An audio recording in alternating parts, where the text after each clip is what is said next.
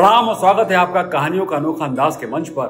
आप सुन रहे हैं महाभारत काल की कुछ अनसुनी और अनकही कहानियां। यूं तो कुल महाभारत कथा कहने और सुनने का एक अद्भुत नमूना है, और एक कहानी है जो मोड़ है, जो कारण है महाभारत युद्ध का। जब दुर्योधन और शकुनी ने युधिष्ठिर को पासे के खेल के लिए आमंत्रित किया था, एक प्रतिद्वंदी के साथ पासा खेलने का निमंत्रण स्वीकार करना, उसके बाद उसके पासे का उपयोग करना निश्चित रूप से विनाशकाले विपरीत बुद्धि का उदाहरण है। युधिष्ठिर का अपने बचाव में यह कहना कि सभी चुनौतियों को स्वीकार करना एक क्षत्रिय का धर्म है, युक्तिसंगत नहीं लगता है। बहरहाल, इसी से जुड़ी हुई आज की महाभारत की यह कहानी है एक संवाद के रूप में श्री कृष्ण और उद्धव के बीच। श्री कृष्ण के सखा रहे उद्धव ने कभी भी श्री कृष्ण से कोई वरदान नहीं मांगा। श्री कृष्ण के गोलोक जाने का समय आया तो श्री कृष्ण ने उद्धव से कहा, मेरे अवतार काल में बहुत से लोगों ने मुझसे वरदान प्राप्त किया, लेकिन उद्धव तुमने कभी भी कोई वरदान नहीं मांगा। मैं चाहता हूं कि तुम कुछ मांगो। उद्धव ने उसके बाद भी कुछ नहीं मांगा। वो बोले, प्रभु, मेरे मन में महाभारत युद्ध के घटनाक्रम से संबंधित कुछ शंकाएं हैं, उनका समाधान चाहता हूं। श्री कृष्ण ने कहा, अर्जुन को कुरुक्षेत्र के युद्ध में जो ज्ञान दिया वो भगवत गीता के नाम से जाना जाएगा, लेकिन तुमको जो ज्ञान दूंगा वो उद्धव गीता के नाम से विख्यात होगा। तब उद्धव ने भगवान श्री कृष्ण से पूछा कि प्रभु ये बताइए कि सच्चा मित्र कौन है और सच्चे मित्र का धर्म क्या है।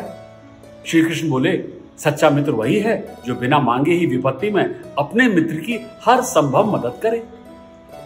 उद्धव ने श्री कृष्ण को टोकते हुए कहा, माधव, अगर मित्र को बिना मांगे मित्र की सहायता करनी चाहिए तो फिर आपने मित्रता की जो परिभाषा बताई वो क्यों नहीं निभाई? पांडव तो आप पर अटूट विश्वास करते थे, आपको अपना मित्र समझते थे, आप तो त्रिकालदर्शी थे, तो आपने युधिष्ठिर के भाग्य को उसके पक्ष में क्यों नहीं पलटा? आप चाहते तो युधिष्ठिर द्वितक्रीड़ा में जीत सकते थे, आपने उन्हें जुआ खेलने से क्यों नहीं रोका?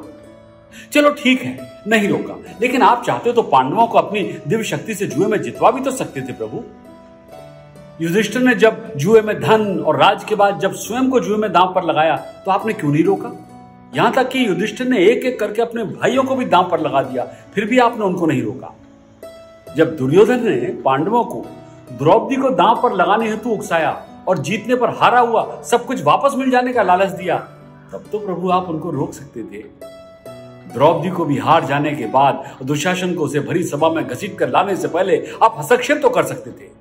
हे माधव, जब द्रौपदी लगभग अपना शील खो रही थी तब आपने उससे वस्त्र देकर द्रौपदी के शील को बचाने का दावा किया, लेकिन आप ये दावा भी कैसे कर सकते हैं? द्रौपदी को एक आदमी घसीट कर भरी सभा में लाता है और इतने सारे लोगों के सामने निवस्त करने के लिए छोड़ देता है। ऐसे में क्या एक महिला का शील क्या बचा प्रभु? आपने क्या बचाया? अगर आपने संकट के समय अपनों की मदद नहीं की तो आपको आपात बांधव कैसे कहा जा सकता है?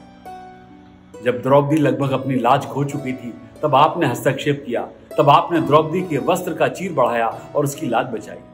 जब आपने संकट के समय पांडवों की सहायता की ही नहीं तो आप उनके सच्चे मित्र कैसे हो सकते हैं? क्या यही मित्र धर्म है? प्रश्न पूछते पूछते उद्धव के नेत्रों से आंसू बहने लगे, उनका गला रुंध गया। श्री कृष्ण बोले, उद्धव, सृष्टि के नियम के अनुसार हमेशा विवेकवान ही जीतता है।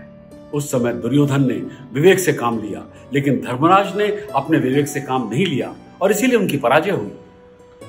दुर्योधन के पास जुआ खेलने के लिए धन था, लेकिन उसे पासे खेलना नहीं आता था, इसलिए उसने विवेक से काम लेते हुए द्रुतक्रीड़ा में अपनी ओर से अपने मामा शकुनी को आमंत्रित किया। युधिष्ठिर चाहते तो वो अपनी ओर से मुझे खेलने के लिए बुला सकते थे कि मेरी ओर से कृष्ण खेलेंगे।